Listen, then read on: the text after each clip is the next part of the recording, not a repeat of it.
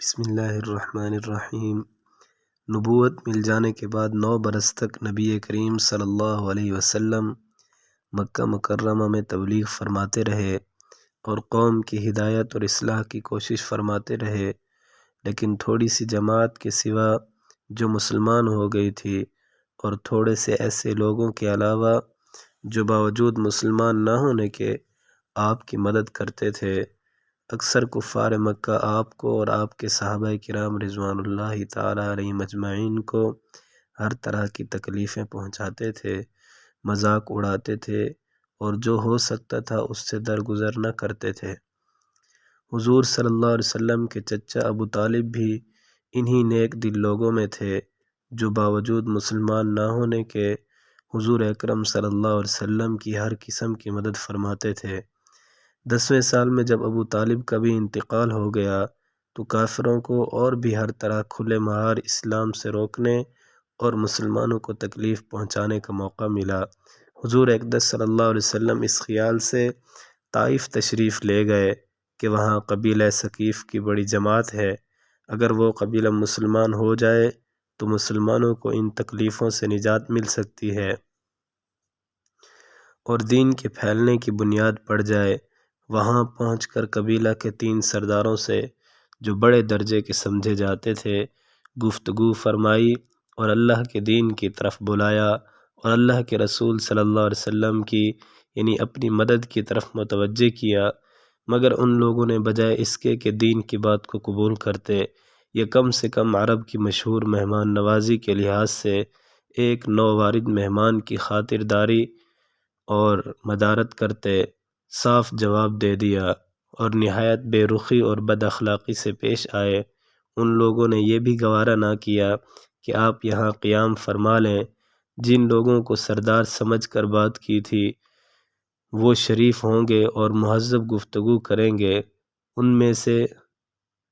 ایک شخص بولا کہ اوہو، آپ ہی کو اللہ نے نبی بنا کر بھیجا ہے۔ دوسرا بولا کہ اللہ کو تمہارے سوا کوئی اور ملتا نہیں تھا جس کو رسول بنا کر بھیجتے۔ تیسرے نے کہا کہ میں تجھ سے بات نہیں کرنا چاہتا،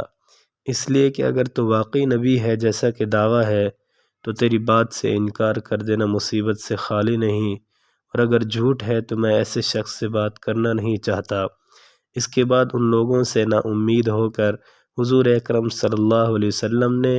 اور لوگوں سے بات کرنے کا ارادہ فرمایا۔ آپ صلی اللہ علیہ وسلم تو ہمت اور استقلال کے پہاڑ تھے،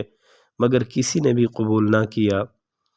بلکہ بجائے قبول کرنے کے حضور اکرم صلی اللہ علیہ وسلم سے کہا کہ ہمارے شہر سے فوراً نکل جاؤ اور جہاں تمہاری چاہت کی جگہ ہو وہاں چلے جاؤ۔ حضور اکرم صلی اللہ علیہ وسلم جب ان سے بالکل مایوس ہو کر واپس ہونے لگے تو ان لوگوں نے شہر کے لڑکوں کو پیچھے لگا دیا۔ آپ صلی اللہ علیہ وسلم کا مذاق اڑائیں، تالیاں پیٹیں، پتھر ماریں، حتیٰ کہ آپ صلی اللہ علیہ وسلم کے دونوں جوتے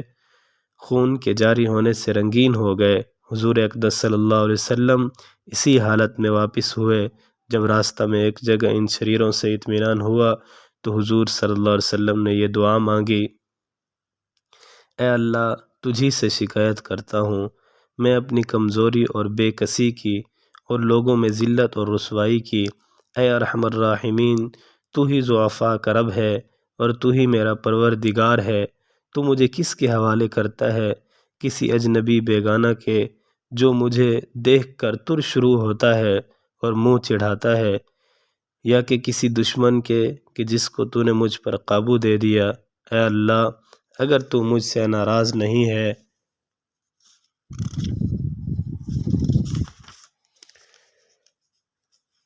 کسی کی بھی پرواہ نہیں ہے، تیری حفاظت مجھے کافی ہے۔ میں تیرے چہرہ کے اس نور کے طفیل جس سے تمام اندھیریاں روشن ہو گئیں اور جس سے دنیا اور آخرت کے سارے کام درست ہو جاتے ہیں، اس بات سے پناہ مانگتا ہوں کہ مجھ پر تیرا غصہ ہو یا تو مجھ سے ناراض ہو۔ تیری ناراضگی کا اس وقت تک دور کرنا ضروری ہے جب تک تو راضی نہ ہو، نہ تیرے سوا کوئی طاقت ہے نہ قوت۔ مالک الملک کی شان قہاری کو اس پر جوش آنا ہی تھا کہ حضرت جبرائیل علیہ السلام نے آ کر سلام کیا اور عرض کیا کہ اللہ تعالیٰ نے آپ کی قوم کی وہ گفتگو جو آپ سے ہوئی سنی اور ان کے جوابات سنے، اور ایک فرشتہ کو جس کے متعلق پہاڑوں کی خدمت ہے آپ کے پاس بھیجا ہے، آپ جو چاہیں اس کو حکم دیں۔ اس کے بعد اس فرشتہ نے سلام کیا اور عرض کیا، جو ارشاد ہو میں اس کی تعمیل کروں، اگر ارشاد ہو تو دونوں جانبوں کے پہاڑ کو ملا دوں جس سے یہ سب درمیان میں کچل جائیں، اور جو سزا آپ تجویز فرمائیں۔ حضور صلی اللہ علیہ وسلم کی رحیم و کریم ذات نے جواب دیا کہ میں اللہ سے اس کی امید رکھتا ہوں کہ اگر یہ مسلمان نہیں ہوئے تو ان کی اولاد میں سے ایسے لوگ پیدا ہوں جو اللہ کی پرستش کریں اور اس کی عبادت کریں۔ فائدہ: یہ ہیں اخلاق اس کریم ذات کے جس کے ہم لوگ نام لیوا ہیں کہ ہم ذرا سی تکلیف سے کسی کی معمولی سی گالی دے دینے سے